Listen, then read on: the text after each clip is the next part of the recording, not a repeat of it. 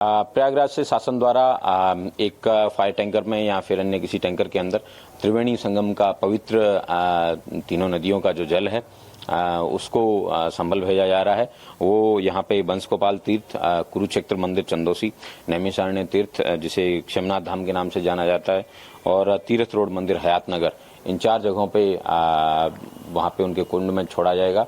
और वहाँ से लोग हैं जो जनपद में संभल में जो लोग कुंभ नहीं जा पाए, वो लोग यहाँ आके उस जल को है पवित्र जल से स्वयं का आचमन कर सकते हैं। गंगा जल को दमकल विभाग की गाड़ियों में भरकर लाया गया है। कुंभ की व्यवस्था में संभल दमकल विभाग की टीम को लगाया गया था। फायर ब्रिगेड की टीम आग बुझाने वाली कई गाड़ियां प्रयागराज महाकुंभ पहुंची थी, लेकिन जब दमकल विभाग की टीम महाकुंभ संपन्न होने के बाद लौटी तो वो फायर ब्रिगेड की इन गाड़ियों में त्रिवेणी संगम का पवित्र जल भरकर अपने साथ ले आई, जिसे अब संभल के सभी तीर्थों पर छिड़का जाएगा। Bureau report, Republic Bharat. और संभल से सीधे जतिन इस वक्त हमारे साथ जुड़ रहे हैं। जतिन, पवित्र जल पहुंच चुका है संभल, तमाम जगहों पर छिड़काव किया जाना है। वहीं दूसरी ओर मांग अलग थी जामा मस्जिद को लेकर, कोर्ट ने उस पर भी फिलहाल सर्वे के दौरान सर्वे के बाद रोक लगा दी है। अभी क्या जानकारी आपको मिल पा रही है, क्या देख पा रहे हैं, क्या छिड़काव शुरू हो चुका है पवित्र जल का?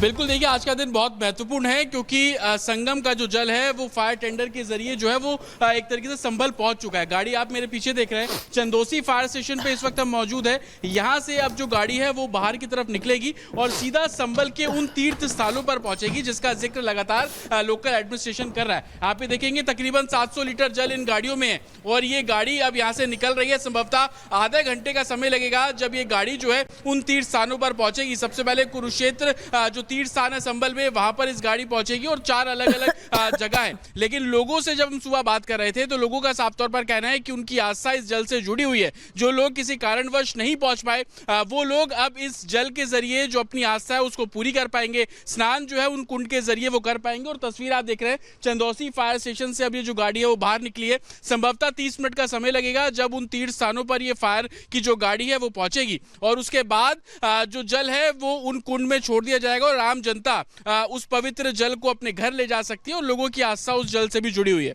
जी, संभल से जो तस्वीर दिखा रहे हैं जतिन, कुछ देर के बाद जो गाड़ी है वो आधे घंटे में लगभग अलग अलग जो जगह है संभल में वहां पहुंच जाएगी, शुद्धिकरण किया जाएगा। हालांकि संभल में जामा मस्जिद पे जिस तरीके से जो विवाद छिड़ा हुआ है कानूनी और दो संप्रदायों के बीच में, इसके अलावा अगर बात की जाए तो संभल में तमाम जगहों पे खुदाई भी की गई। खुदाई करने के साथ साथ वहां पे जिस सच को दबाने का, छिपाने का प्रयास किया गया सालों से, वो अब निकल के सामने आ रहा है।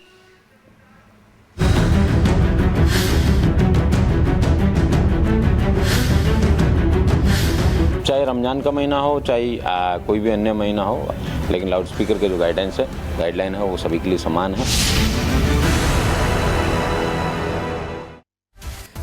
तो रमजान का महीना आज से शुरू हो गया है, तो संभल में मस्जिदों से लाउडस्पीकर हटाए जाने का भी विरोध किया जा रहा है। कुछ लोग कह रहे हैं कि लाउडस्पीकर क्यों हटाया जाए, रमजान है ना। तो संभल के एसपी जिस तरीके से है के बिश्नोई हैं, वो क्या कुछ कह रहे हैं इसकी मांग को लेकर, वो सुना देते हैं आपको।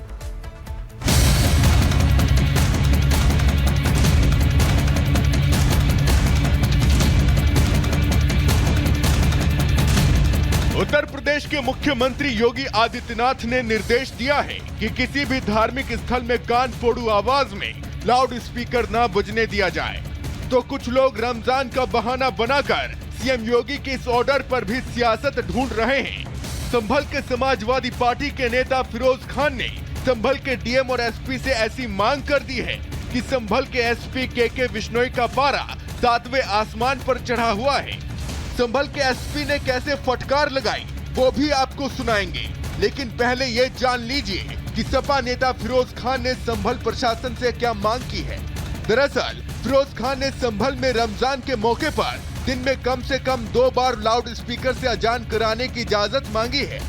सपा नेता फिरोज खान ने संभल प्रशासन को पत्र भेजकर दलील दी है कि जब शिवरात्रि और होली में डीजे बजते हैं तो रमजान में डीजे क्यों नहीं बज सकते। मुसलमानों को भी रमजान में मस्जिदों पर लाउड स्पीकर लगाने की इजाजत दी जाए। ना तो कोई नाच गाने की आवाज़ है, ना कोई इमाम साहब उस पर गाना गा रहे हैं। सिर्फ 2 लफ्ज़ उनको बोलने हैं। ग्रामीण क्षेत्र में अगर है तो गांव का कोई दायरा ज़्यादा बड़ा नहीं होता, तो वो जितनी डेसिमल की परमिशन है उतने से भी काम चल जाएगा। और दूसरों की खुशियां जो हैं हमेशा उसमें शरीक होते आए, लेकिन हमारी खुशियों में भी कोई खलल न डाले, उसमें भी सहयोग करे तो बड़ा दिल बड़ा हो जाएगा। सपा नेता की बात सुनकर संभल के एसपी के बिश्नोई गुस्से से तिलमिला उठे। एसपी के बिश्नोई ने दो टूक कह दिया कि गाइडलाइन सबके लिए है तो सबको मानना पड़ेगा। धर्म देखकर किसी को भी कोई छूट नहीं मिलेगी, चाहे रमजान हो या ना हो। लाउड स्पीकर नहीं बजेगा तो मतलब नहीं बजेगा। चाहे रमजान का महीना हो, चाहे कोई भी अन्य महीना हो, शासन की गाइडलाइन है वो सभी 12 महीनों के लिए होती है, किसी पर्टिकुलर महीने के लिए नहीं होती है। स्पेसिफिक अलर्ट इसके बारे में जरूर शासन द्वारा समय समय दिया जाता है, लेकिन लाउड स्पीकर के जो गाइडलाइन है वो सभी के लिए समान है और मैं उम्मीद करता हूँ कि सभी इसको फॉलो करेंगे। संभल के मौलवियों और मस्जिद कमेटी के लोगों को भी संभल प्रशासन ने साफ साफ और दो टूक हिदायत दी है कि कोई भी कानून अपने हाथ में ना ले, शासन के आदेश को पालन कराने में प्रशासन की मदद करें और अगर किसी ने भी लाउड स्पीकर बजाया तो वो कार्रवाई के लिए तैयार रहे। Bureau report, Republic Bharat. यानी उसको मौलवी बनाना चाहते हैं, कटगुल्ला करके और केस को ले जाना चाहते हैं, ये नहीं चल सकता। जिस आइडियोलॉजी से वो आती हैं, उनके किसी भी शख्स ने इस मुल्क की आजादी में हिस्सा नहीं लिया।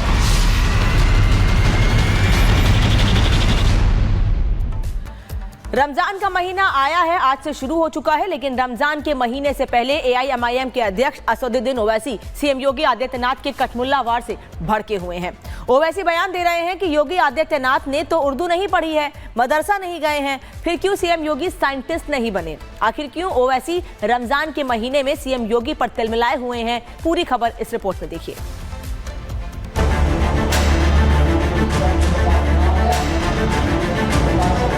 उसको मौलवी बनाना चाहते हैं, कटगुल्ला करके और केस को ले जाना चाहते हैं, ये नहीं चल सकता।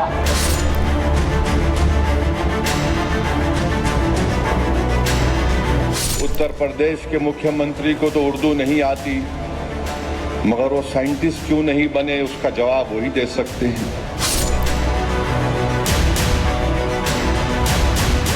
आपको याद होगा कि पिछले दिनों यूपी विधानसभा में सीएम योगी आदित्यनाथ ने कहा था कि कुछ लोग आपके बच्चों को कठमुल्ला बनाना चाहते हैं।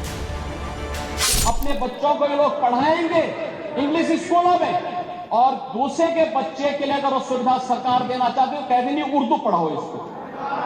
यानी उसको मौलवी बनाना चाहते हैं, कटगुल्ला करके और केस को ले जाना चाहते हैं, ये नहीं चल सकता।